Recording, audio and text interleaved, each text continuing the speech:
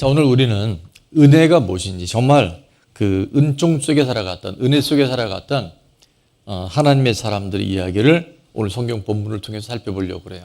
자, 은혜 속에 살아가는 사람은 어떤 사람인가? 첫 번째입니다. 다 같이 읽을게요. 자, 열어주세요. 주신 은혜를 잊지 않고 베풀고 섬기며 살아갑니다.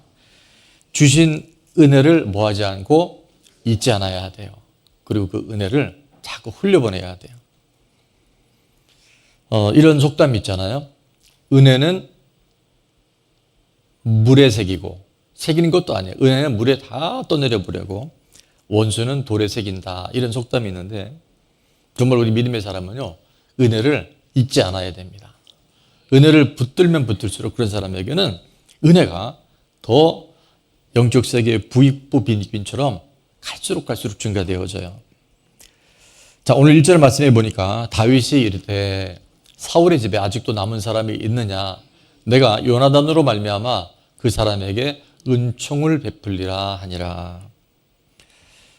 자, 다윗이 지금 이 본문에 나오는 때는 언제냐면 통일 왕국을 이루고 왕이 된 지 약 한 17년 차가 넘어가요.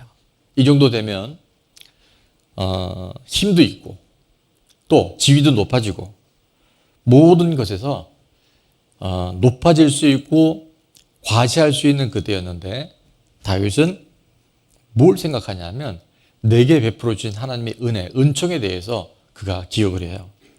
요나단을 통해서 줬던 하나님의 자격 없는 본인이 왕이 된 것에 대해서 그는 기억하고, 내가 사울 왕과 특별히 요나단으로 인했던 그 은총을 흘려보내겠다라고 그런 마음에 결정을 해요. 자, 은총과 은혜란 단어는 이제 히브리에 보면 헤세드란 단어가 있습니다. 헤세드는 인애, 긍휼, 사랑 이런 뜻이 있고요.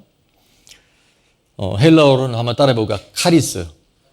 카리스는 뭐냐면 그레이스의 단어의 어원이 됩니다. 그래서 정말 은혜를 준 거예요. 은총을 받고 살아가는 사람. 그래서 은혜가 뭔지, 은총이 뭔지를 한마디로 얘기하면 값없이 주시는 선물이, 값없이 주시는 하나님의 선물이 바로 은혜라는 거예요. 오늘 우리가 하나님의 자녀가 된 것, 우리가 노력하고 우리가 애써서 된 것이 아니잖아요. 자격이 있어서 된 게 아니에요. 그것은 하나님이 온 인류의 죄를 대신해서 하나님의 아들 예수 그리스도를 이 땅에 보내셨고, 그분이 2000년 전 십자가에 죽고 죽음의 권세를 뚫고 일어나셔서 부활하심으로 하나님의 자녀가 되는 그런 놀라운 하나님의 은혜를 우리 가운데 허락하신 줄로 믿습니다. 그래서 에베소서 2장 8절은 이렇게 말씀하잖아요. 한번 같이 읽어봅니다. 너희는 그 은혜에 의하여 믿음으로 말미암아 구원을 받았으니 이것은 너희에게서 난 것이 아니요 하나님의 선물이라. 여러 차례 반복했던 말씀인데 네 가지 단어에 우리는 집중해야 합니다. 첫 번째는 뭐냐면 은혜입니다. 지금도요, 우리가 은혜에 의해서 이 자리에 있는 거예요. 은혜 아니면 여기 있을 수가 없어요. 내가 아침에 준비해서 교회 오고 내가 말씀 듣고 내가 아멘 하는 줄 아는데요, 환경도 믿음도 지금의 모든 조건도 하나님께서 어느 한 부분만 만약에 허락하지 않으시면요, 이게 그렇게 만만치 않아요. 그래서 이 은혜를 아는 사람은 그 은혜를 소중히 여기고 그 은혜를 잊지 않고 살아가는 더 큰 은혜가 부어진 줄 믿습니다. 그래서 우리는 그 은혜에 의하여 구원을 받게 되는데, 이 구원은 거저 주어진 거기 때문에 선물이라고 말씀하시잖아요. 그래서 은혜와 믿음과 구원과 선물, 이 단어 중에서 우리는 하나 붙들릴 게 뭐냐면 온 우주 만물에 지금도 은혜가 소낙비처럼 내리고 있어요.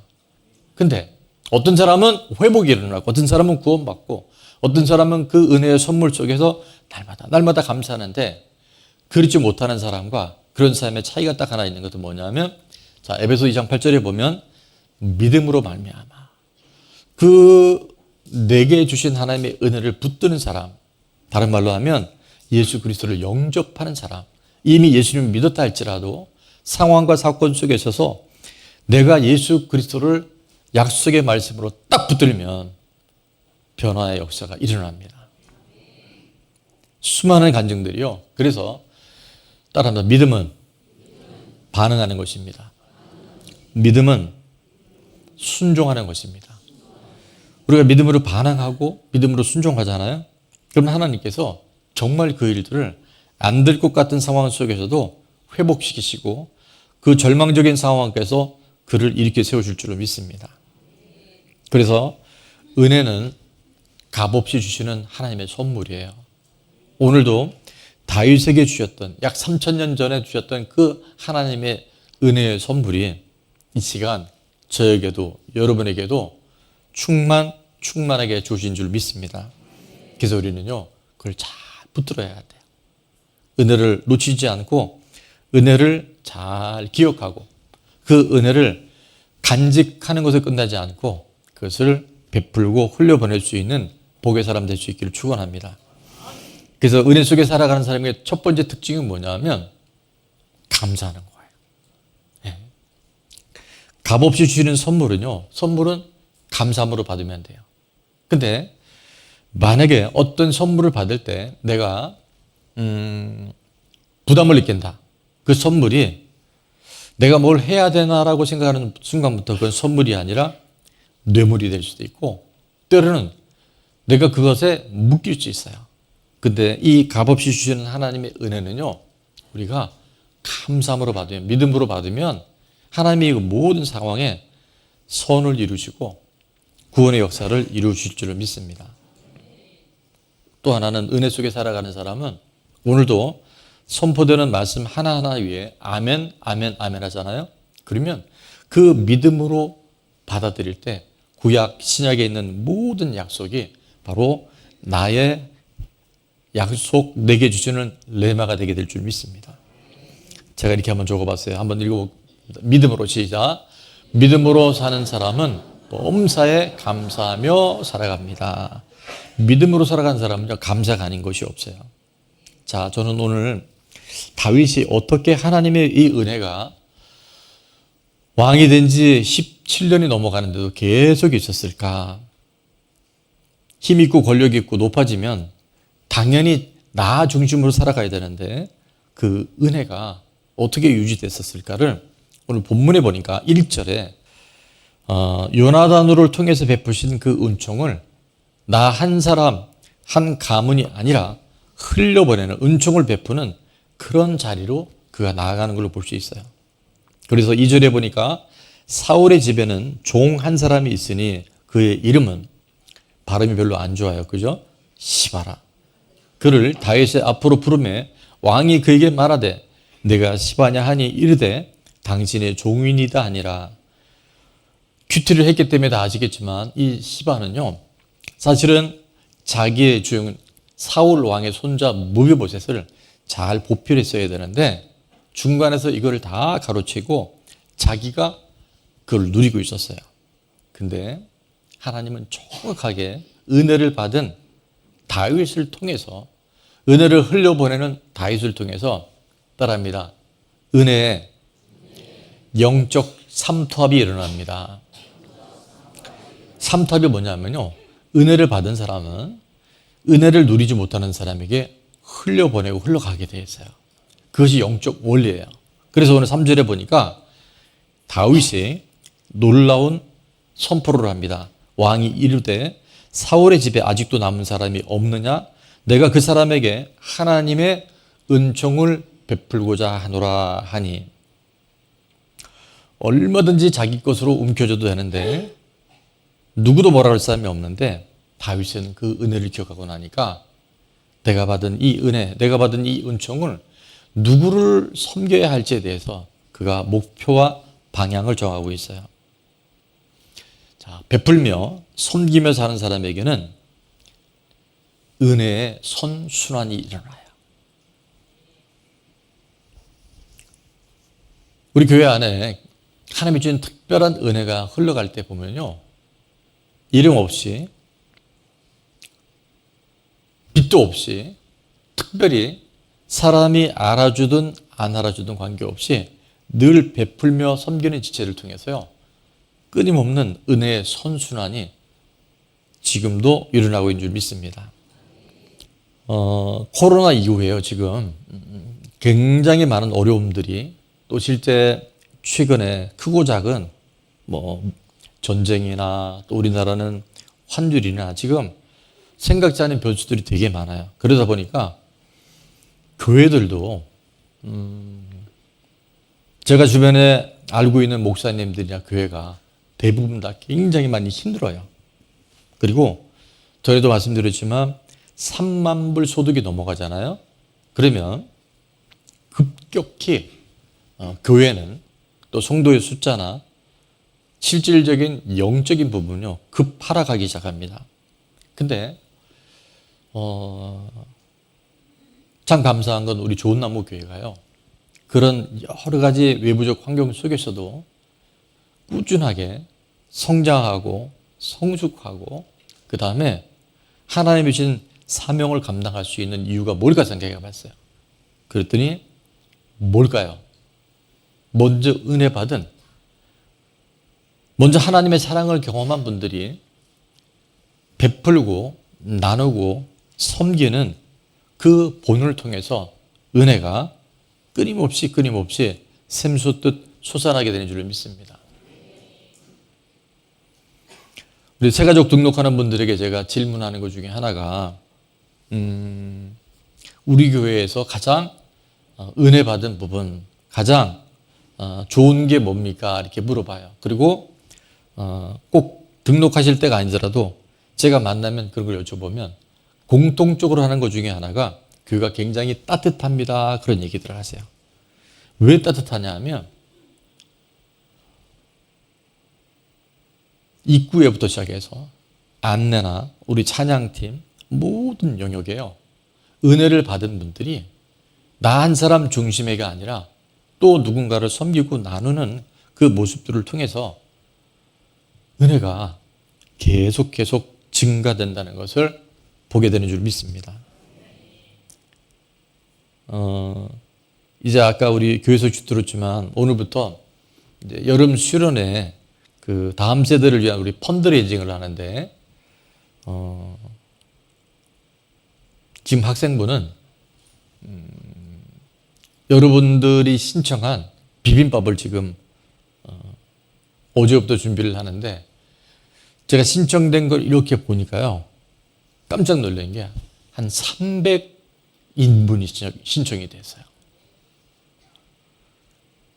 비빔밥 300인분을 준비하려면 정말 난리입니다. 근데 교수님들 보니까 다 식자재 구매해서 볶고, 또 오늘은 이제 비비고, 또 용기에 담아서 이제 2부 끝나고 나면 여러분이 이제 맛있는 비빔밥을 드시게 될 텐데, 그 수고와 그 땀, 그 노력, 그 베풀음을 통해서 우리 다음 세대들 뿐만이 아니라 앞으로 우리가 섬기고자 하는 많은 영역에 하나님의 은혜가 흘러가게 될 줄로 믿습니다. 우리 지난주에 우리 6월 기상오기를 마쳤는데, 제가 기상오기 할 때마다 느끼는 것은 두 가지예요. 특히 금요일 날 같은 경우는 정말 이 자리가요, 아마 우리 대배만큼 꽉 차더라고요. 깜짝 놀랐어요.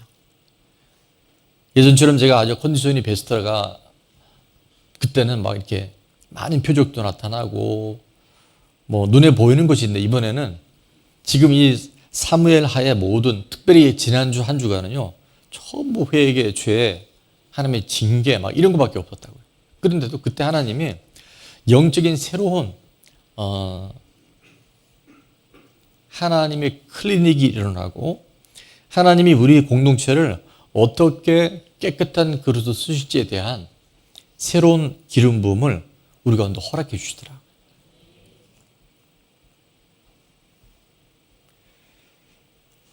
예전에 우리가 50일 기도를 하고, 지금은 이제 봄, 가을로 했었던 기도회를 매월 기상오기로 섬기고 있는데, 너무너무 감사한 거는 제가 강단에 쓸 때마다 월요일부터 금요일까지 쓸 때마다 또 특별히 그 모든 순서를 마치고 안수기도 하고 사역할 때마다 하나님이 흘려보내고 섬기려 하는 우리 공동체의 마음과 그런 중심을 보시고 수많은 하나님의 치료, 회복, 표적들이 계속해서 흘러가는 것을 볼 수 있어요. 여러분, 은혜 속에 살아간다고 하는 건 뭐냐면요, 받은 은혜를 나 한 사람에게 간직하거나 잊고 살아가는 게 아니라 흘려보내고 베풀고 나눌 때 그 은혜는 끊임없이 솟아나며 새롭게 우리를 이끌어 가신 줄 믿습니다.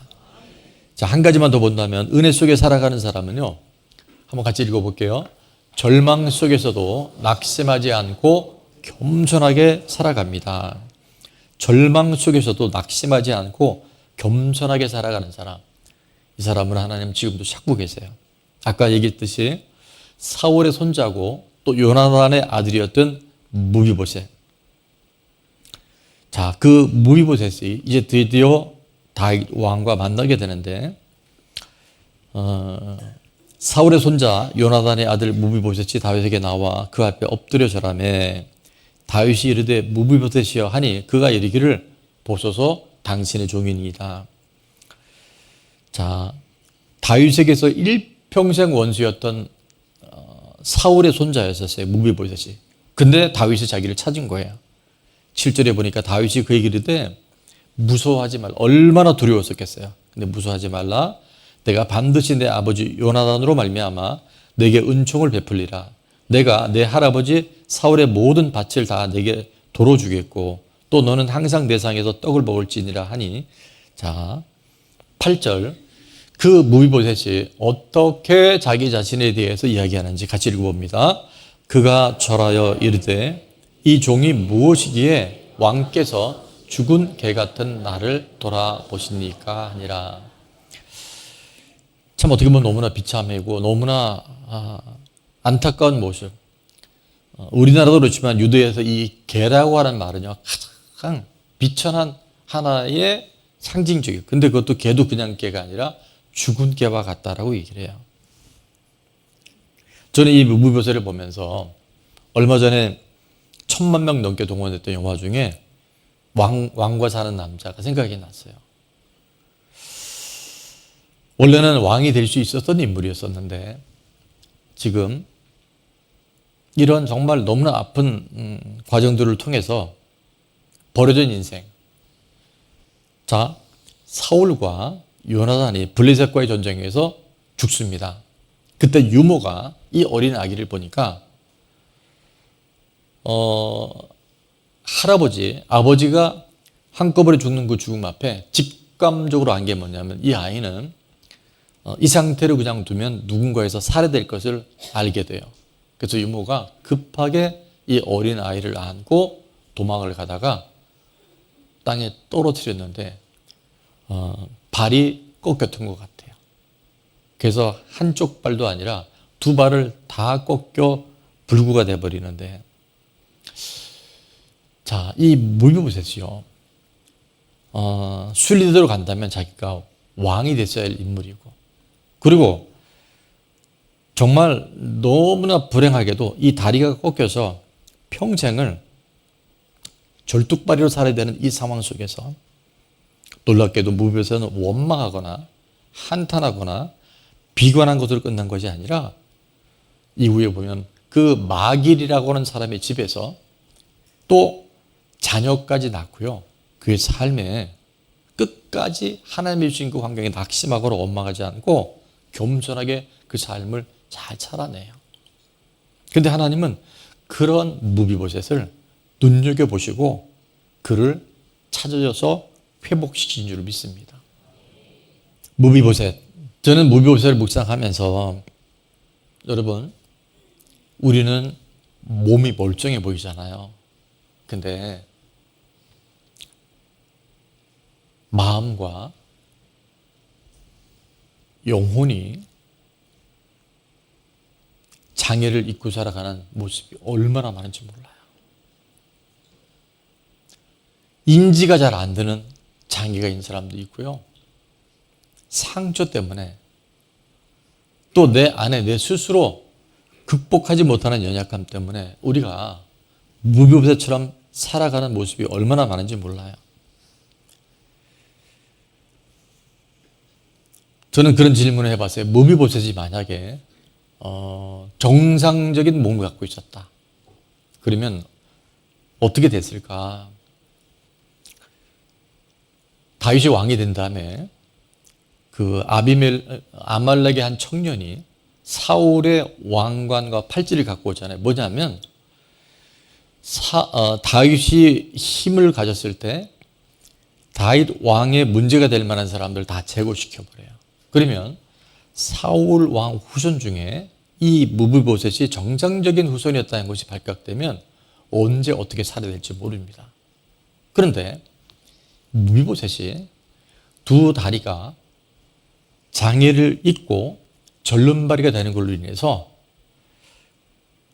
나쁜 소식이 아닌 것은 그것을 통해서 하나님은 이 무비보셋이 살아날 수 있는 기회를 주셨을 뿐만 아니라 그가요 다시 회복되어지는 놀라운 전환점이 일어난 줄 믿습니다. 우리 정신적인 장애나 영적인 장애, 인지 안에 있는 모든 장애들, 그 장애를 우리가 어떻게 다 이해할 수는 없지만 하나님은 그 닉불빛의 삶 안에 누구의 죄가 아니라 하나님의 영광을 위해 도구로 쓰시려 할 그때마다 우리는 하나님의 손에 붙들린 회복되고 일어서는 무비보셋 닉불빛이 될 수 있는 줄 믿습니다. 그래서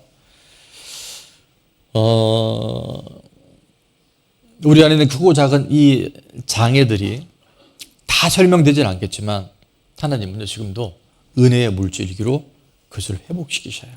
그리고 다윗이 그를 찾아갑니다. 오늘 본문에 다 읽지는 않았지만 사무엘하 9장 9절부터의 말씀에 보면 종에게 뺏겼던 그 재산들을 다 다시 돌려주시고 9절 10절에 보면 자 11절에 마지막 성경 구절을 한번 같이 읽어봅니다. 사무엘하 9장 11절에 보면 다 같이요. 무비보셋은 왕자 중 하나처럼 왕의 상에서 먹으니라.